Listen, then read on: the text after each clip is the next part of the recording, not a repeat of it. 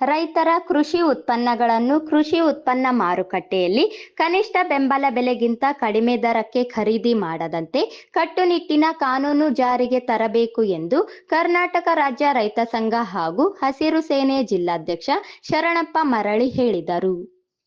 ಪತ್ರಿಕಾಗೋಷ್ಠಿಯಲ್ಲಿ ಮಾತನಾಡಿದ ಅವರು, ಸಿಂಧನೂರು ತಾಲೂಕಿನಲ್ಲಿ ಕೃಷಿ ಇಲಾಖೆಯ ವರದಿಯ ಪ್ರಕಾರ 21,995 ಹೆಕ್ಟೇರ್ ಪ್ರದೇಶದಲ್ಲಿ ಜೋಳ ಬಿತ್ತನೆ ಮಾಡಿದ್ದು, ಕಳೆದ ವರ್ಷ ಬರವಿದ್ದ ಕಾರಣ ಕೊನೆ ಭಾಗದ ರೈತರಿಗೆ ಸಮರ್ಪಕ ನೀರು ತಲುಪದ ಕಾರಣ ಸಾವಿರಾರು ಎಕರೆ ಜೋಳದ ಬೆಳೆ ನಷ್ಟವಾಗಿದೆ. 8 ರಿಂದ 10 ಲಕ್ಷ ಕ್ವಿಂಟಲ್ ಬರಬೇಕಾಗಿದ್ದ ಇಳುವರಿ ಕುಂಠಿತಗೊಂಡಿದೆ ಎಂದರು.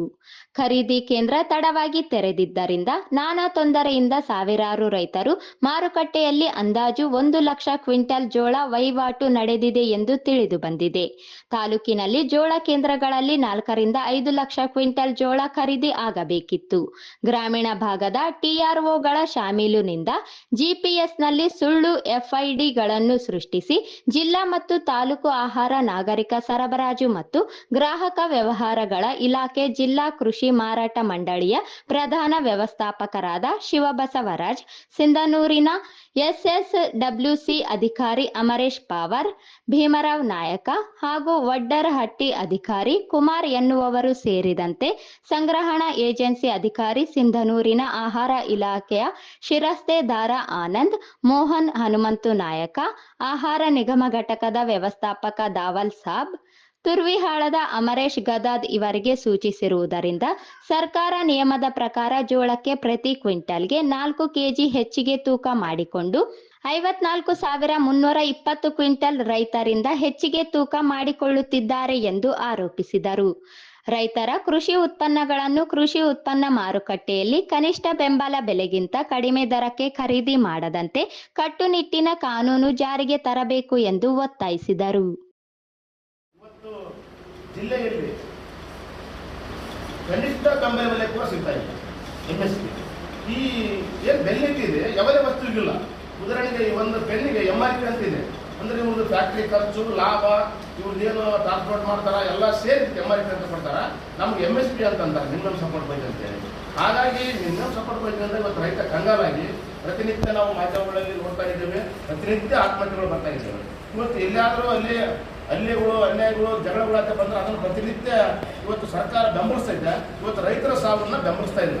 ಹಾಗಾಗಿ ಇವತ್ತು ಇವರಿಂದ ಖರೀದಿ ಕೇಂದ್ರ, ಉದಾಹರಣೆಗೆ ಖರೀದಿ ಕೇಂದ್ರ ತೆರಿಬೇಕಾದ್ರೆ ನಾವು ಪ್ರತಿಭಟನೆ ಮಾಡಬೇಕಾಗಿದೆ.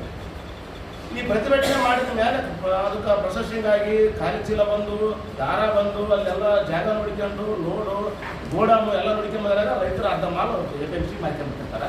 ಆಮೇಲೆ ಉದಾಹರಣೆಗೆ ಸಿಂಧನೂರು ಇವತ್ತು ಜೋಳ ಖರೀದಿ ಕೇಂದ್ರ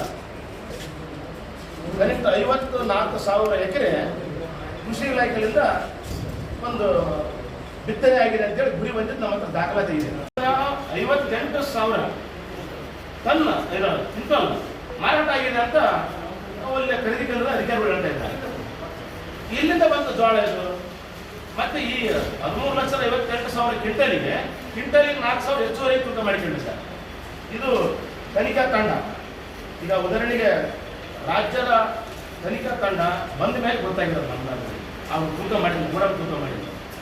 ಹೀಗಾಗಿ ಇವತ್ತು 13,56,000 54,000 ಕ್ವಿಂಟಲ್ 58,000 ಕ್ವಿಂಟಲಿಗೆ 4 ಕೆಜಿ ಲೆಕ್ಕ ಹಾಕಿದ್ರ 45,000 ಕ್ವಿಂಟಲ್ ಅಧಿಕ ಜೋಳ ಅಧಿಕಾರಿಗಳು ಲೂಟಿ ಹೊಡಿದ್ದಾರೆ. ಅಂದ್ರೆ ಉದಾಹರಣೆಗೆ ಯಾರ್ಯಾರಂತಂದ್ರೆ ನಮ್ಮ ಸಿಂಧನೂರು ತಾಲೂಕಿನಲ್ಲಿರ್ತಕ್ಕಂಥವ್ರು ಈ ಆರೋಗಳ ಮೂಲಕ ಗ್ರಾಮ ಘಟಕದಲ್ಲಿ ಗ್ರಾಮದಲ್ಲಿರ್ತಲ್ಲ ಆರೋಗಳನ್ನ ಇದು ಮಾಡಿಕೊಂಡು ಕಾಸಿ ನಮ್ಮ GPS ಮಾಡಿಕೊಂಡು ನಕಲಿ FIDಗಳನ್ನು ಸೃಷ್ಟಿ ಮಾಡಿಕೊಂಡು ಕಾಸಿ ಜಿಲ್ಲಾ ಮತ್ತು ತಾಲೂಕು ಆಹಾರ ನಾಗರಿಕ ಸರಬರಾಜು ಮತ್ತು ಗ್ರಾಹಕ ವ್ಯವಹಾರಗಳ ಇಲಾಖೆ ಜಿಲ್ಲಾ ಕೃಷಿ ಮಾರಾಟ ಮಂಡಳಿಯ ಸಹಾಯಕ ಪ್ರಧಾನ ಕಾರ್ಯದರ್ಶಿ ವ್ಯವಸ್ಥಾಪಕರಾದ ಶರಣಬಸವರಾಜು ಮತ್ತು ಸಿಂಧನೂರಿನ SSWC ಅಧಿಕಾರಿಗಳಾದ ಅಮರೇಶ್ ಪವರು, ಭೀಮರಾಯ ನಾಯಕ್ ಹಾಗೂ ವಡ್ಡರಹಟ್ಟಿ ಅಧಿಕಾರಿಯಾದ ಕುಮಾರ್ ಎನ್ನುವವರು ಸೇರಿದಂತೆ ಸಂಗ್ರಹಣಾ ಏಜೆನ್ಸಿ ಅಧಿಕಾರಿಗಳು, ಸಿಂಧನೂರಿನ ಆಹಾರ ಇಲಾಖೆ ಶಿರಸ್ದಾರರಾದ ಆನಂದ, ಮೋಹನ್, ಹನುಮೇಶ್ ನಾಯಕ್ ಹಾಗೂ ಆಹಾರ ನಿಗಮದ ಘಟಕ ವ್ಯವಸ್ಥಾಪಕ ಧವಲ್ ಸಾಬ್ ಹುರುವೇಳದ ಅಮರೇಶ್ ಗಡರ್ ಇವರುಗಳಿಗೆ ಸೂಚಿಸಿದ್ದರಿಂದ ಈ ಮೇಲಾಧಿಕಾರಿಗಳು 4 ಮಂದಿ ಇದರಲ್ಲಿ ಇವರು ಸೂಚನೆ ಮಾಡಿದ್ರಿಂದ ಎಲ್ಲರೂ ಪಾಲ್ಗಾರರಾಗಿ ಜಿಲ್ಲಾ ಮಟ್ಟದ ಮತ್ತು ತಾಲೂಕು ಮಟ್ಟದ ಶರಣ ಬಸವ ಶಿವಬಸವರಾಜ್ ಅವರು ಅದರಲ್ಲ ಇವರು ಕೆಳಗಿದ್ದವರು ಈ ತಾಲೂಕು ಸೂಚಿಸಿದ್ರಿಂದ ಇಲ್ಲಿ ಅಕ್ರಮ ನಡೆಯಕ್ಕೆ ದಾರಿ ಆಯಿತು. ಈ ಸಂದರ್ಭದಲ್ಲಿ ಜಿಲ್ಲಾ ಉಪಾಧ್ಯಕ್ಷರಾದ ತಿಮ್ಮಣ್ಣ ಬೋವಿ, ರಾಮಯ್ಯ ಜವಳಗೇರ, ನರಸಪ್ಪ ದೇವಸುಗೂರು ಸೇರಿದಂತೆ ಇತರರು ಉಪಸ್ಥಿತರಿದ್ದರು.